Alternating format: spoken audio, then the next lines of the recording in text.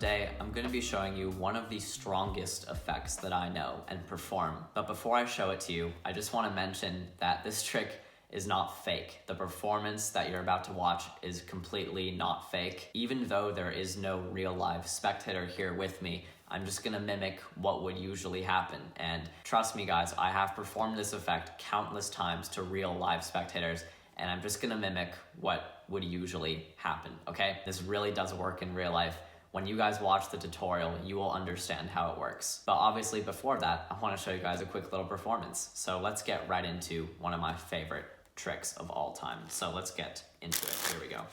All right, so the cards can be shuffled by the spectator. You guys can see all the cards here. There's no order to the cards, no stack or anything like that. Perfect. So before we actually do anything, I just want the spectator to go ahead and clear their mind, because I want them to, in a minute, peek at any card that they want to, and it is going to be a completely free choice. So let's say they go through the cards here, and let's say they say stop at any card. Let's say this one right here. So this card that's sticking out, I want you to go ahead and remember that card the best that you can. Perfect. We'll go ahead, give it a quick cut so it's lost in the middle of the deck. And also we'll take the cards here and place them inside of the box. You guys can see there's nothing in the box. It's not a gimmick box or anything like that. We'll just place the cards in there and leave them in the box. Perfect. So at this point in the trick, I just need the spectator to name any number. Let's make it between 1 and 30, and also make it like a high number so that it's difficult for me. So they're gonna name a number, let's say 27, for example. I asked them if that was a random choice. They say yes, it was a totally random number. I say perfect. So remember, you peeked at any card. I gave the cards a cut, placed them in the box, and then you named any number that you wanted to, 27. How incredible would it be if your card was in the 27th position right now? That would be insane, right? You want to check yourself without me touching the cards? Okay, you can go ahead and take the cards, open the box, and count to 27. 1, 2, 3, 4, 5, 6, 7, 8, 9, 10, 11, 12, 13, 14, 15, 16, 17, 18, 19, 20, 21, 22, 23, 24, 25, 26, 27. No second deal, no bottom deal, no switches, no top changes. Your card, 7 of diamonds in the 27th position. You guys could have said stop at any card, and you shuffled the cards, and you could have named any number, and the cards were inside of the box, and the spectator dealt the cards themselves. That's as clean as it gets, and you guys really want to know how this is done, I'm sure. So let's get right into the tutorial. All right, guys, so before I actually teach you the trick that was seen in the video, I want to show you guys the main principle of this trick and how everything actually works. This is by far one of the most crazy principles that I've discovered since I've started learning card magic. This is by far one of my favorite things that I know how to do, and I cannot wait to show you guys how it's done, because once you guys learn this, there are literally millions and millions of possibilities for other tricks that you can do. So when you guys learn this principle, you will be able to apply it to a lot of other tricks. And I want you guys to be creative and come up with your own ideas and leave them in the comments below so everyone can get their own lists of tricks and routines and everything involving this principle here. This is a really cool principle. I believe it was created by Ed Marlo, and it's all about the Faro Shuffle. And if you guys are interested in more of Ed Marlo's Faro Shuffle work, he has, I believe, 2 published books. I'll leave them in the description below so that you guys can go ahead and check them out. But I believe that he's the person that created this idea that I'm about to show you. So essentially what happens in this trick is you're going to perform a perfect Faro Shuffle like this. And don't worry, if you guys do not know how to do a perfect Faro Shuffle, I have an alternative for those beginner magicians. But here we go. Here's a perfect Faro right here. So every single card here is interlaced with the next card. So every single card, 1 for 1, is being shuffled perfectly. In other words, a perfect shuffle. And essentially what happens, I'll do it this way first so you guys can see this way. If you have a spectator peek at a card here, let's say it's the Jack of Diamonds, I'm just gonna do this little move here where I take out these cards and give them a quick little cut. And right there, I already know that the card is in the 26th position. Let's check. 1, 2, 3, 4, 5, 6, 7, 8, 9, 10, 11, 12, 13, 14, 15, 16, 17, 18, 19, 20, 21, 22, 23, 24, 25, 26, Jack of Diamonds, right there. Every single time. Now, why is this possible and how is this possible? Well, let's get into that. When you cut the deck in half, you're cutting it into 26 and 26, right? At least that's when you do a perfect Faro Shuffle. You split the deck into perfect 26 and 26. What I think is happening, I'm not entirely sure this is correct, but this is my understanding of it. What happens is when you shuffle the cards and when they peek at a card, you're essentially getting a little bit of a break on that card. You're gonna strip out all the cards, place them on top, and then cut the remainder from the bottom to the top. No matter where they stop in the deck, it's gonna find the median or like the average between those two piles, which is always going to be like the dead center of the deck, which is always going to be 26. And it's just automatically going to place the card in that position or very close to that position. Now remember, I said you don't have to know how to do a perfect Faro Shuffle in order to do this trick. Like if you guys are beginners, you guys can still play with this principle if you want to. But for those beginners, if you guys can't do a perfect Faro Shuffle, you can just take the cards and you just go in jog here, out jog, in jog, out jog, every single card.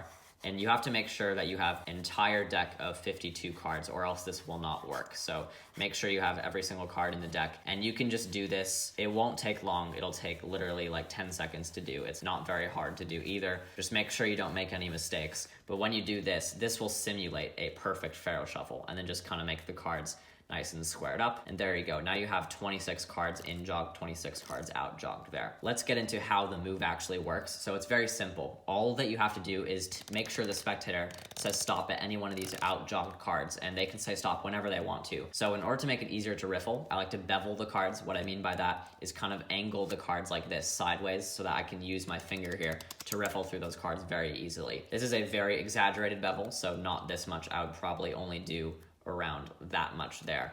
And now I would have the spectator look at any one of these. They say stop. Let's say the 7 of hearts. Now all you're gonna do is when they say stop, you're gonna take your pinky and place your pinky exactly in there when they say stop. Then you're gonna continue to riffle all the cards, but your pinky is going to maintain a break where they said stop. Now all you're gonna do is take all of the out jogged cards where they said stop. You're gonna take all of the out jogged cards out, spin them out here, maintain this break, but place all these cards on the top. Now, you're holding a break right here. All the cards below the break, you're going to move them to the top. So you're just going to cut all the cards below the break and move them to the top of the deck. And now, whichever card they picked, whichever card they said stop at, it doesn't matter which one it is, doesn't matter where it is, that card is now controlled to the 26th position.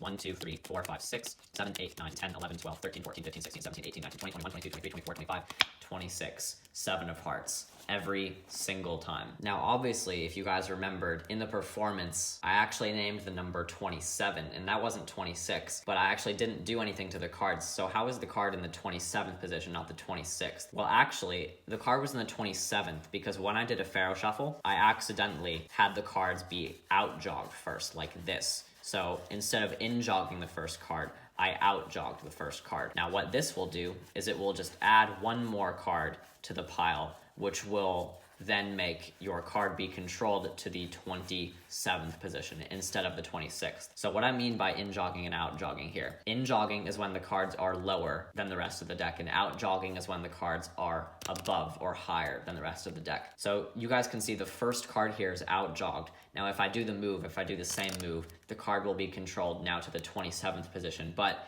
if the first card is in jogged and I do the move, then the card will be controlled to the 26th position. So that's just something to remember. And something really interesting that I've actually been working with here is I've found that you don't necessarily have to do a perfect Faro Shuffle to get this to work. You actually do have a lot of room for error, and a perfect Faro Shuffle consists of you cutting exactly half of the deck and doing a perfect 1-for-1 Faro Shuffle. But I've actually been experimenting. Let's just see what happens if I cut way less than half. Like if I cut about here. You guys can obviously see this is way smaller than this half here. But if I do the Faro Shuffle, all I have to do is try and keep the smaller pack exactly in the middle of the bigger packet. And if I can do that, the cards are just gonna kind of automatically find the average or the median of these two piles, and it's going to try its best to get it close to the 26th, 27th, or 28th position. The main goal here, if you guys do a smaller packet, is to just try and get the same amount of cards on either side of the pile. So you guys can see I have a chunk here of around, I don't know, 6 or 7 cards.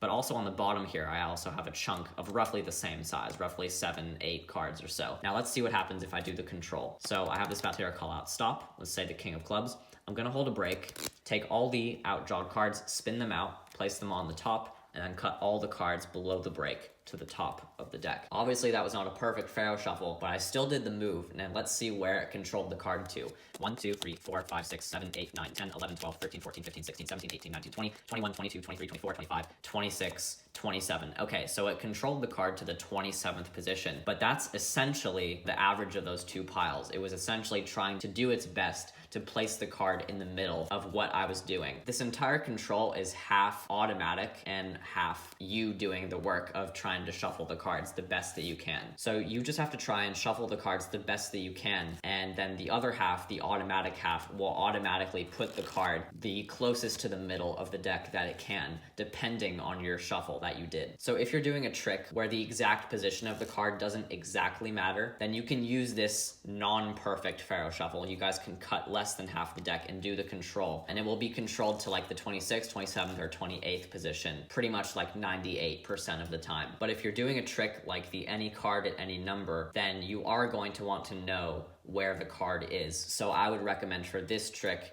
in particular, you would want to probably do a perfect Faro Shuffle. But for other tricks, you can do the non-perfect Faro Shuffle. You guys can cut less than half the deck and control the card in that way. Now, what are the applications for this move? Why does it matter that we've controlled a card in the middle of the deck? Now, there are literally limitless applications, but I'll give you some of my ideas that I've came up with. If you know the spectator's card is in the 26th or 27th position, you can use that as a key card. So you can like have another card selected, and then you can use the other card as a key card in order to locate the other card. You can also use this trick as like a cool cutting estimation trick. So if you guys are good at estimation, you can try and cut exactly half the deck. So you can ask the spectator what their card was, and you can say, look, I'm gonna try and cut exactly to your card, and then you try and cut exactly half the deck. If you guys are into that, that would be a pretty cool trick. And my favorite application is you can use this as an any card at any number routine. And I like to use the Danny de Ortiz number force along with it. And those two effects combined